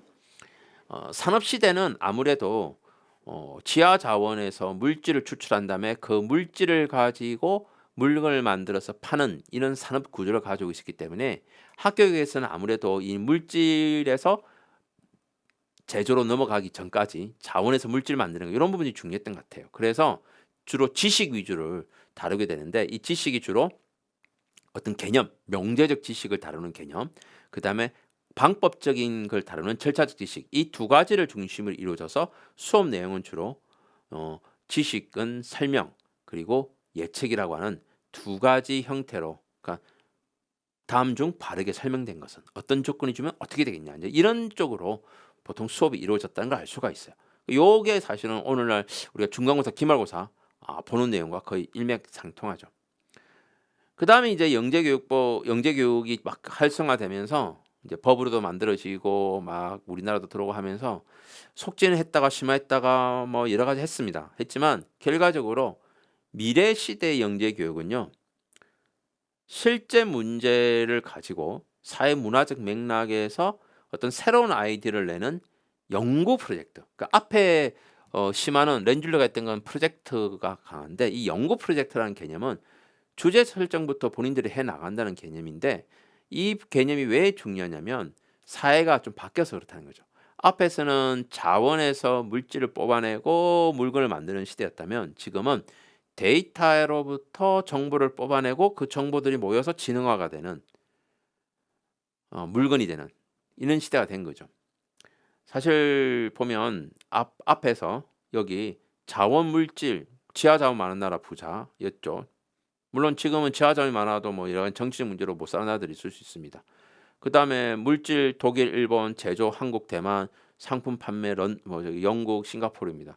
산업이 고도화될수록 돈을 많이 버는 구조예요. 마찬가지로 여기도 데이터 정보 진흥으로 가면 이쪽으로 갈수록 돈을 많이 버는 구조예요. 초창기 때 데이터를 많이 모아서 돈을 벌었던 회사들, 그러면 뭐 페이스북, 뭐 트위터, 뭐 인스타그램, 뭐 네이버, 뭐 카카오톡, 계속 SNS가 이런 쪽이었잖아요. 데이터 쌓는 쪽이었잖아요. 근데 그런 데이터로부터 정보를 끄집어낸 기업처럼 아마존이 대표적입니다. 뭐 우리나라처럼 네이버 클라우드인데 레이버 클라우드는 워낙 뭐 규모가 작으니까 클라우드 서비스 시장이에요. 데이터를 잘 분석해서 정보를 자동으로 추출해 줄 수 있는 기능을 가진 클라우드 서비스. 근데 지금 아마존 뭐 페이스북, 뭐 메타, 뭐 구글 다 난리가 났죠. 뭐 때문에? 이 지능 시대로 넘어왔기 때문에. 이게 AI거든요. 그래서 오픈 AI라는 사가 챗GPT 내세우면서 지금 현재 가장 영향이 있는 것은 마이크로소프트사, 그 다음에 오픈 AI 돈을 댔던 뭐 테슬라 이런 회사들이잖아요. 그러니까 갈수록 고도화되는 거죠. 그렇지만 처음부터 이걸 할 수는 없어요, 지능을. 그래서 데이터에서 정보 빼는 교육이 제일 중요하고, 요 부분이 모든 교과에서 집중해야 된다는 거예요. 그러다 보니까 이 데이터에서 정보를 끄집어내는 거는 지식보다는 역량이 더 우선되어서 의사소통이나 문제 해결력을 가지고 잘 판단해서 어떻게 처리할 것이냐 이런 쪽에 더욱더 관심이 갔다 보니까 결국은 데이터는 똑같은 데이터가 주어져도 그 데이터를 보고 의미 있고 가치 있는 정보를 만들어내는 게 중요하다 보니까 주장하는 교육이 훨씬 더 강조가 되었다. 즉 지식은 설명과 예측이라면 역량은 주장하는 교육으로 길러져야 된다는 거고 그 주장하는 교육을 통해서 의사소통, 비판적 사고, 창의성이 드러난다는 거죠. 따지고 보면 핵심적인 의견을 제시하고 그것에 대한 이유를 설명하고 예를 들고까지는 기존에 해왔던 거 크게 차이는 없어요. 주장이 맨 위에 갔다는 것밖에 없죠. 대부분 주장은 맨 뒤에 썼는데 처음부터 주장하고 설명하는 거예요. 그리고 나서 제일 중요한 거는 오늘날 그것을 어떻게 이용할 것인가에 대한 방법을 제안한 것이 훨씬 더 중요하게 되었어요. 그래서 이걸 앞글자를 따서 opinion, reason, example, offer, 오레오 법칙이라고 얘기합니다. 지금 현재 챗GPT가 답변하는 방식이 오레오 방식이에요. 챗GPT는 질문하면 딱 한 문장에 답변부터 알려줍니다. 그리고 설명하거나 예를 듭니다. 그리고 맨 마지막에 어떻게 해야 한다라고 종합적으로 방법을 제안합니다. 그래서 사람들이 더 설득이 잘 되는 구조를 가지게 된 거예요. 그래서 저는 이건 굉장히 똑똑하게 학습했고 똑똑한 방법으로 답변하는 것을 배웠구나라고 저는 생각합니다. 자, 그렇다면 영재교육의 교수학습 설계는 사실 문제의 성격에 의해서 먼저 설계가 시작된다고 봐요. 정답이 주어지거나 정답은 안 주어지지만 과정이 주어지거나 정답도 안 주어지고 과정도 안 주어지고 문제도 안 주어지거나 뭐 이렇게 문제 성격에 따라 주어지고요. 그 다음에 진행하는 과정에서 조사할지 토론할지 자기들이 계획을 세워야 될지 있는 거 따라가야 될지 알려진 방법을 써야 될지 그리고 맨 마지막에는 수업이 끝났으니까 평가를 해야 되잖아요. 근데 그 평가는 결국 이 문제 성격에 맞는 학습 효과를 보겠다를 평가해야 된다고 봐요. 자, 예를 들면 지식을 더 중요시하는 것이 탐구 수업이고 지식과 역량을 고루 기르겠다 생각이 이 렌줄리가 얘기했던 PBL 방식, 산출물 실제 해결 방안 내는 거. 그 다음에 과학고나 영재학교에서 하고 있는 R&E라는 방식이 바로 이 CPS라는 방식이에요. 미래 인공지능 시대는 이 GPS 쪽으로 가야 돼요. 역량이 더 크니까. 그러니까 문제 성격 자체가 학생들이 찾도록 해야 돼요. 그러니까 요거는 지금 현재 대학 부설 영재교육원에서는 4사 과정이나 이러면서 진행하고 있어요. 현실적으로. 그러면 지금 여기 계신 선생님들은 수업 뭘 주로 하시나요? 아마 이 탐구 형태를 많이 하실 거예요. 아니면 지금 심화 과정에서 여러분들하고 저희들이 개발하고자 하는 게 뭡니까? 바로 이겁니다. PBL 방식의 프로그램을 만들어 보자예요. 그게 돼야 이게 CPS가 되거든요. 처음부터 CPS는 못할 거예요, 애들이. 순차적으로 올라와야 되는 거죠. 따지고 보면 탐구라는 것은 학교 교육 과정에서 진행을 하고 PBL부터가 영재 교육에서 해야 되지 않을까. 그 PBL은 전두엽이 활성화 잘 돼 있지 않은 초등학교 고학년, 중학교 1학년, 2학년 정도가 그리고 CPS 정도는 중3 정도가 해야 되지 않을까라는 생각이 들어요. 지금 저희 대학부설 영재교원에서 이 4사 과정을 중3하고 할 때는 정말 잘 됐거든요. 근데 지금 중2까지 내려와서 이걸 하다 보니까 너무 어려워요. 문제도 못 정하고 그냥 문제도 알려주고 과정도 알려줘야 될 것 같은 그 정도까지 바뀌었거든요. 그만큼 이 CPS는 전두엽과 밀접한 관계가 있고 학생 학급하고도 정말 관련성이 있다라고 보셔야 될 것 같고요.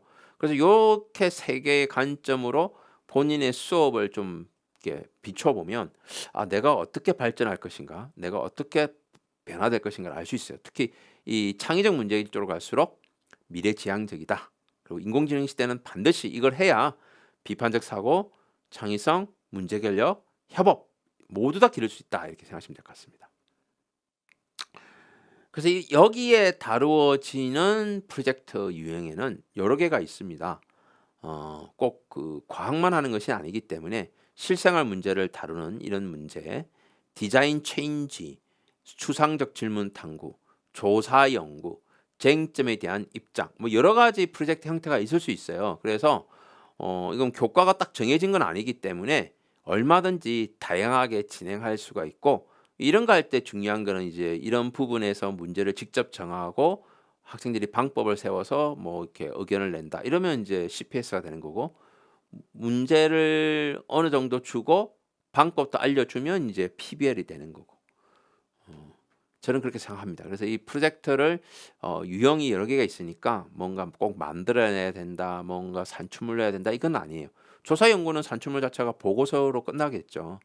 예, 그렇기 때문에 어, 꼭 반드시 그래야 된다는 아니다라고 이해해 주셨으면 좋겠습니다. 자, 그럼 실제 이런 프로젝트를 하는 거를 간단하게 소개시켜 보도록 하겠습니다.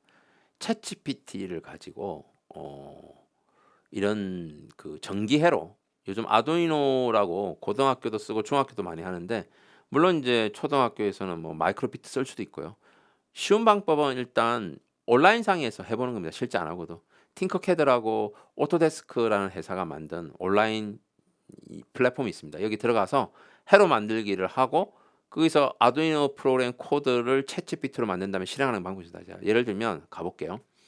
이게 이제 띵커캐드에 가면 도구들이 있습니다. 그래서 마우스로 클릭해서 끌고 오면 아두이노 보드하고 브레드 보드 갖다 놓고 그다음에 여기 LED하고 저항 놓고 선 연결합니다. 요거는 이제 뭐 해로드는 어디서 보고 그대로 만들면 되겠죠. 근데 이렇게 연결한 다음에 얘를 작동을 시켜봐야 되는데 실제로는 이제 이걸 작동시키려면 이 팅커캐드 위에 코드 넣는 창이 있는데 코드를 짤 수 없으면 블록 코딩도 가능한데 이거를 굳이 잘 몰라도 가능한 방법은 챗GPT에게 이걸 물어봐요. 물어보는데 중요한 점은 요 LED의 플러스 선은 몇 번에 연결됐고 얘는 몇 번에 연결됐다. 왜냐하면 작동시키려면 코드 자체가 몇 번 핀을 어떻게 알아야 돼 있으니까 그래서 질문 자체를 여기에 써놨잖아요. 어, 다음은 디지털 핀 10번에 연결된 LED를 키는 아두이노 프로그램이 예입니다. 이렇게 뜬 거는 질문을 아두이노 프로그램 디지털 10번 핀에 있는 LED 켜줘. 이게 디지털 10번 핀입니다. LED 켜줘 라고 질문했더니 챗GPT가 알려준 답변을 그대로 캡처한 거예요. 그래서 이걸 코드를 복사해 갖고 그 띵커캐드 위에 코드 넣는 데가 있어요. 카피 앤 페이스트. 아까 그 조사할 동안 똑같죠? 이래버리니까 불이 켜지는 겁니다. 불이 켜지죠. 어두웠다가 켜지죠. 확인할 수가 있어요. 좀 더 어렵게 디지털 10분에 있는 LED를 5초마다 깜빡이 해줘. 그랬더니 쭉 나와요. 물론 밑에 설명 다 나옵니다. 이거 코드 카피해서 넣으면 이게 5초마다 깜빡합니다. 좀 더 어려운 것도 가능해요. 그러니까 이 회로는 그럼 어떻게 이거는 뭐 찾아서 이런 뭐 여러 가지 회로들이 있으니까 그 회로도를 가지고 학생들한테 연결시킵니다. 그러니까 실제 이걸 사가지고 하면 되게 시간도 많이 걸리고 또 잘못되면 또 해야 되니까 이렇게 시뮬레이터를 이용하는 건 나쁘지 않은 방법이거든요. 근데 이 시뮬레이터를 이용할 때 힘든 게 이제 코드 넣는 거였는데 이것도 이렇게 이제 연결한 다음에 여기 질문을 던집니다. 아두이노 프로그램 명령입니다. 아두이노 프로그램 짜달라는 얘기죠. 서버 모터는 디지털 9번 핀, 버튼은 7번 핀, 버튼 누르면 서버 모터 90도 회전. 자, 이걸 누르면 이게 되게끔 해줘. 라고 했더니 얘가 코드를 짜줍니다. 카피 앤 페이스트 띵커캐드에 코드를 집어넣고 돌렸더니 돌아갑니다. 예, 지금 돌아가 있죠? 이렇게 해서 띵커캐드를 이용하면 아두이노 보드 회로 연습을 할 수 있어요. 학습을 할 수 있어요.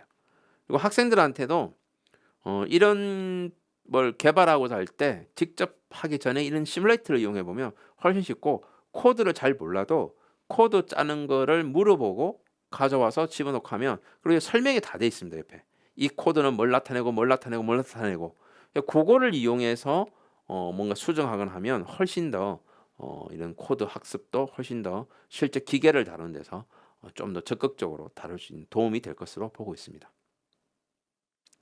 자, 그러면 이제 이런 인공지능을 활용하는 PBL 수업 사례를 한번 보도록 하겠습니다. 조금 전 거는 약간 탐구 계열이라 볼 수 있죠. 탐구 활동, 지식을 쌓는 거니까. PBL 중에서 가장 많이 쓰고 있는 것 중에 하나는 이런 거죠. 티처블 머신이라고 하는 구글이 만든 건데요. 주로 이런 거죠. 돌멩이 사진들을 학습시킨 다음에 임의의 돌멩이를 보여줬을 때 그게 무슨 돌이다 이렇게 밝혀내는 거죠. 인간이 분석하기 어려운 거. 이게 실제 지금 나와 있는 내용이 얼마 전에 이제 몇 년 전에 영재교육 프로그램 대상 받은 작품입니다. 뭐 우리 경남의 어떤 선생님이 하신 건데 뭐 초창기 때니까 이제 티처블 모시는 걸 잘 몰랐을 때라서 되게 신기했지만 지금은 유용하게 쓰고 있죠. 물론 PBL 할 때는 문제 사항을 잘 줘야 됩니다. 그래서 건물을 지으려고 그러는데 그 근처에 암석 지대를 알아야 돼. 인공지능 학습 기능을 이용해서 해보자 했을 때 요게 이제 학습이에요. 1차 C는 문제 사항을 제시해주고 2차 C는 그냥 학습이에요. 3차 C부터는 활동입니다. 그러니까 아까 제가 학습과 활동을 구분하라고 했잖아요. 그러니까 학습을 먼저 하고 활동하는 게 좋겠죠. 이렇게 해서 하면 이렇게 암석을 돌멩이를 일일이 웹캠으로 찍어가지고 그 다음에 이거를 티처블 머신이라는 사이트에 가서 일일이 사진 찍은 걸 업로드한 다음에 이렇게 학습을 딱 누르면 쫙 공부가 됩니다. 그런 다음에 이 카메라에 임의의 돌멩이를 붙여주면 얘는 뭐 하성함이 얼마, 변성함이 얼마 이렇게 제시가 된다는 거죠. 또 다른 PBL 수업 사례는 엔트리라고 지금 초등학생들이 많이 쓰고 있는 코딩, 블록 코딩 하는 데죠. 거기에 이제 메뉴 중에 이렇게 인공지능이라는 메뉴가 생겼습니다. 그래서 이 인공지능이라는 메뉴를 선택하고 인공지능 모델 학습하기를 딱 누르면 여러 가지들이 나옵니다. 그 중에서 이 데이터를 불러올 수가 있거든요. 그러니까 표 블록이 있어요. 여기 데이터가 있습니다. 그래서 이거는 샘플로 주어진 건데 뭐 연도별 뭐 연평균 기온들이 나와요. 그래서 그거를 불러온 다음에 인공지능을 누르고 그 다음에 여기 회계 분석, 즉 예측하는 거죠. 몇 년 뒤에 연평균 기온이니까. 그러고 나서 인공지능 실습을 딱 누르면 이와 같이 학습하기가 나오고 X축과 Y축을 뭘로 둘 것이냐. 그러면 이제 연평균, 연도 이렇게 두고 써보면 연평균 기온이 연도에 따라서 어떻게 바뀌는가가 학습을 하게 되면 쫙 그림을 그립니다. 그런 다음에 이제 코드를 넣어서 뭐 10년 후에 몇 년이 되겠다 할 수도 있고 바로 이 자리에서도 바로 확인할 수가 있거든요. 이렇게 하면 이제 이게 예측형 AI를 이용하기 때문에 실제 이런 코드 짜는 게 힘들면 사실상으로는 그냥 엔트리를 써가지고 해도 되는 거고요. 요거는 이제 실제 지금 현재 그 시중에 교재로 나와 있는 것 중에 하나 있습니다. 그게 뭐 인공지능 엔트리를 이용한 인공지능 그 예제 중에 하나일 뿐입니다. 자, 그 다음에 이제 CPS 수업이 있습니다. CPS 수업은 문제도 자기가 잡아야 돼요. 실제 이거는 제가 이제 CPS를 중학교 2학년, 3학년 이 학생들하고 사사과정에서 했던 내용입니다. 첫 번째는 문제사항이 이래요. 문제도 애들이 발굴한 겁니다. 막 뒤져서 발굴한 게 기사 내용이 두 개가 다르다. 지진 대피 훈련에서 학생들은 보통 책상 아래에 몸을 피하라고 해서 숨는데 진동이 멈추면 그물 밖에 대피하는 것을 훈련합니다. 근데 이 기사 두 개지는 이상해요. 숨어라 숨지 마라가 있어요. 그럼 어떻게 해야 되지? 라고 합니다. 그러면 CPS를 하려고 그러면 첫 번째는 문헌 조사를 해야 돼요. 아이디어를 내려면 맨 땅에 헤딩할 수가 없기 때문에 아이디어를 내기 위한 문헌 조사를 먼저 합니다. 그 문헌을 찾아봤더니 저런 걸 어떻게 해야 하지? 결국 책상을 튼튼하게 만들면 된다라는 생각이 도달했고 그럼 책상에 관한 연구를 찾았더니 안 나와요. 그런데 학교 건물에 대한 걸 나오는데 학교 건물을 지었다 부서뜨리지 않고 이런 틀을 만들어서 실험하는 걸 알게 되니까 이거를 실험에 쓰면 되겠구나 라고 생각하는 거죠. 그 다음에 이제 변인을 설정합니다. 뭘로 바꾸지? 이 책상에서 이걸 안 무너지게 하니까 이 안에 보강제를 넣어서 안 무너지게 하자라고 이제 생각을 하게 되고 실험 장치를 고안한 거예요. 추를 진짜 떨어뜨려서 이런 보강제를 넣고 떨어뜨려서 얼마나 깨지나 안 깨지냐 이걸 보겠다고 한 거고 그래서 실제 이제 만들어서 실험을 수행합니다. 이것도 학생들이 아이폰으로 찍은 거기 때문에 그래서 찍어서 이제 화면을 느리게 한 거죠. 거의 다 부서지죠. 부서지는데 이제 어떤 특정 어떤 구조물에서 부서지지 않기를 바라야겠죠.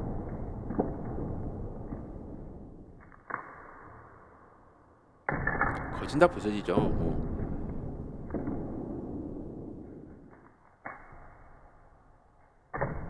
특정 제품에서 부서지지 않아요. 그러니까 실험을 제대로 고안했다는 걸 알 수 있죠. 비교가 확실히 되니까. 그리고 이제 결과 해석을 이렇게 나름대로 하는 형태. 그러니까 이 CPS라는 거는 지금까지는 어떤 누구도 한 적이 없는 실험, 어떤 누구도 이렇게 분석한 적이 없는데 나름대로 장치 고안해서 결과 해석을 했어요. 그러니까 여기에 이제 비판적 사고와 창의성과 문제결력, 협업 다 들어가는 거죠. 그러니까 CPS가 왜 인공지능 시대에 가장 좋은 교사학습 방법이냐? 이와 같이 진행했을 때 뛰어난다는 거죠. 자, 그렇다면 이거를 지금 영재학급이 이걸 할 수 있느냐? 적어도 이 수업을 진행하려면 그냥 한 팀이 거의 한 3개월 정도 해야 되거든요. 그러니까 그렇게 수업이 구성이 안 되죠. 항상 선생님들은 내가 뭔가 자료를 들고 와서 뭘 해야 되는 생각을 하잖아요. 학생들이 해야 되는 거고 이건 저학년에 맞지 않아요. 중학교 한 3학년 정도 중2 이상은 돼야 가능하다라는 거고 중1 초등학생은 거진다 그냥 탐구나 PBL 방식으로 가야 되는 거고 실제 이게 상품화되어 있습니다. 이 연구했을 때 중간에 찾아봤더니 이스라엘 지역 즉 지금 튀르키예에서 지진이 일어났잖아요. 그 지대가 또 지진판이잖아요. 유라시아판. 거기는 책상을 이런 걸 만들어 판대요. 그래서 이게 똑같은 구조입니다. 그래서 실험이 제대로 되었구나라는 걸 알 수가 있고요. 그 다음에 또 하나는 이제 오징어 게임에서 뭐 청소년들을 보면 안 되지만 딱지치기를 했을 때 이 공유가 계속 이정재한테 이기잖아요. 어떻게 하면 계속 이겼을까? 궁금하잖아요. 그래서 이것들을 찾아보면 문헌조사해 보면 문헌조사는 뭐 딱지치기의 유래, 뭐 전통놀이다. 그럼 논문을 찾아봐도 뭐 딱지치기에는 이런 물리적 원리가 있다라는 정도만 있지 어떻게 하면 이기는지는 없어요. 그러니까 어떻게 치어야 잘 넘어가는가가 없어요. 그러면 결국은 딱지가 넘어가는 원리를 알아야 되는데 변인 설정을 하기 위해서 이런 유튜버를 좀 찾아보니까 유튜버는 그래도 좀 더 열심히 해서 많이 올렸어요. 그래서 딱지치기 원리에 관한 영상을 찾아냅니다. 딱지를 뒤집을 수 있는 원리부터 살펴보도록 하겠습니다. 내리치는 딱지는 배꼽을 아래쪽으로 향하게 해야 더 유리합니다. 원하는 지점을 정확하게 타격할 가능성이 더 크기 때문이죠. 이때 딱지의 정중앙을 맞추면 안 됩니다. 그림처럼 중앙에서 약간 벗어난 곳을 맞춥니다. 충돌한 딱지끼리 압축돼서 서로 힘을 주고받습니다. 작용, 반작용 법칙 때문이죠. 힘이 전달되는데 약간의 시간 차이가 생겨서 위에 있는 딱지가 튀어오를 때 아래에 있는 딱지는 바닥과 힘을 주고받습니다. 중앙에서 약간 벗어났기 때문에 바닥에 있는 딱지는 토크를 받습니다. 그래서 반시계 방향으로 회전하죠. 위에 있는 딱지는 정중앙에 맞았다고 가정했습니다. 그래서 내리쳤던 딱지는 회전하지 않습니다. 이런 식으로 딱지가 넘어가죠.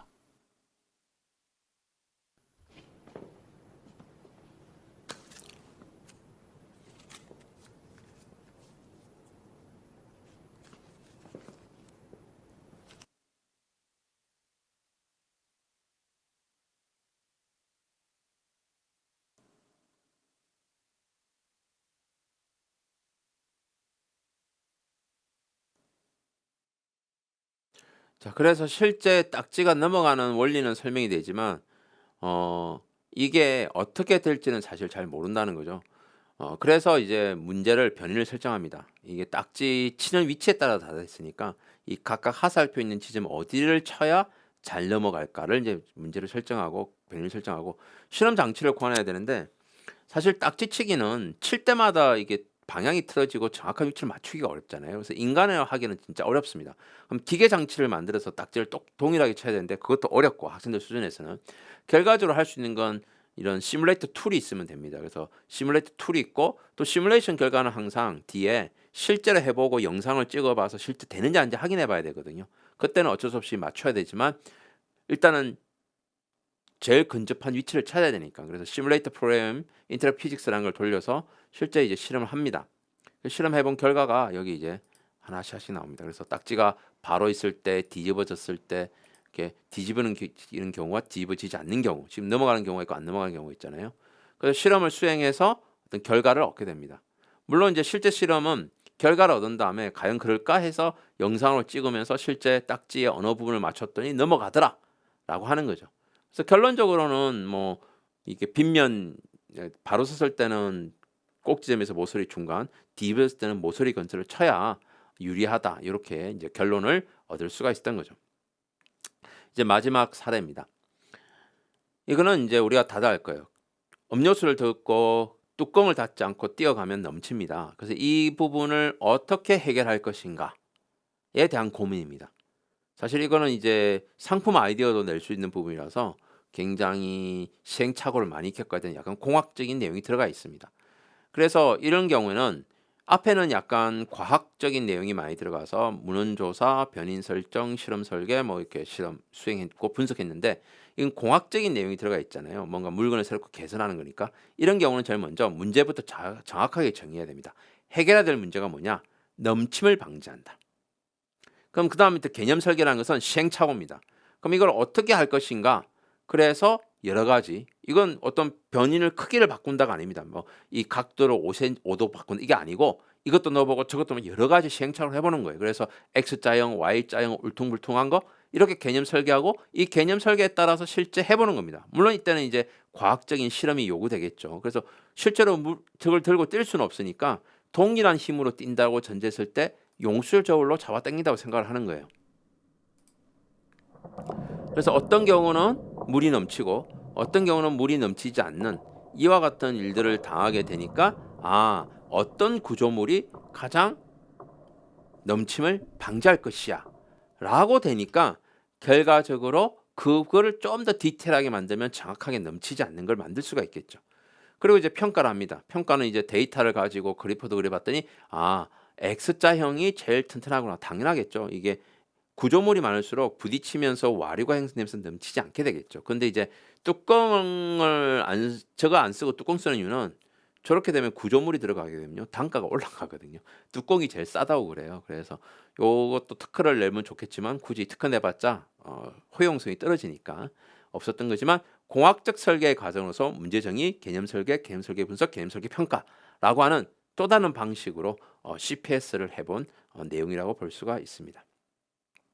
그러니까 지금까지를 종합해 보면 영재 교육이라는 것의 앞으로의 방향성은 복잡성과 통합 증가, 깊이를 더하거나 새로움을 제공하는 내용 차별하는데 4, 5, 6학년은 참여하고 체험해서 뭔가 즐기는 쪽으로 이렇게 탐구 형태로 갔으면 좋겠고 중학교 1, 2학년은 PBL 수업 문제도 주어지고 과정도 주어지지만 학생들이 뭔가 해볼 수 있는 실생활적인 문제 그리고 고학년인 중학교 3학년 정도는 사사과정 같이 CPS 중심의 협업하는 수업을 했으면 좋겠다는 거고 그에 발맞춰서 온라인으로 개발된 프로그램들이 많습니다. 그 주소가 나오는데요. 이건 버클리 대학에서 20년 넘게 만든 거고요. 이거 이제 브라우저 열면 한글로 번역이 되니까 이런 프로젝트 수업을 어떻게 만들 거냐 고민하면 사실은 이번에 만들 때 이거 들어가서 한번 보세요. 학년별로 다양한 프로젝트들이 있습니다. 그래서 단계별로 교사용을 누르면 미리 볼 수가 있기 때문에 여러분들 쉽게 접근할 수 있을 거고요.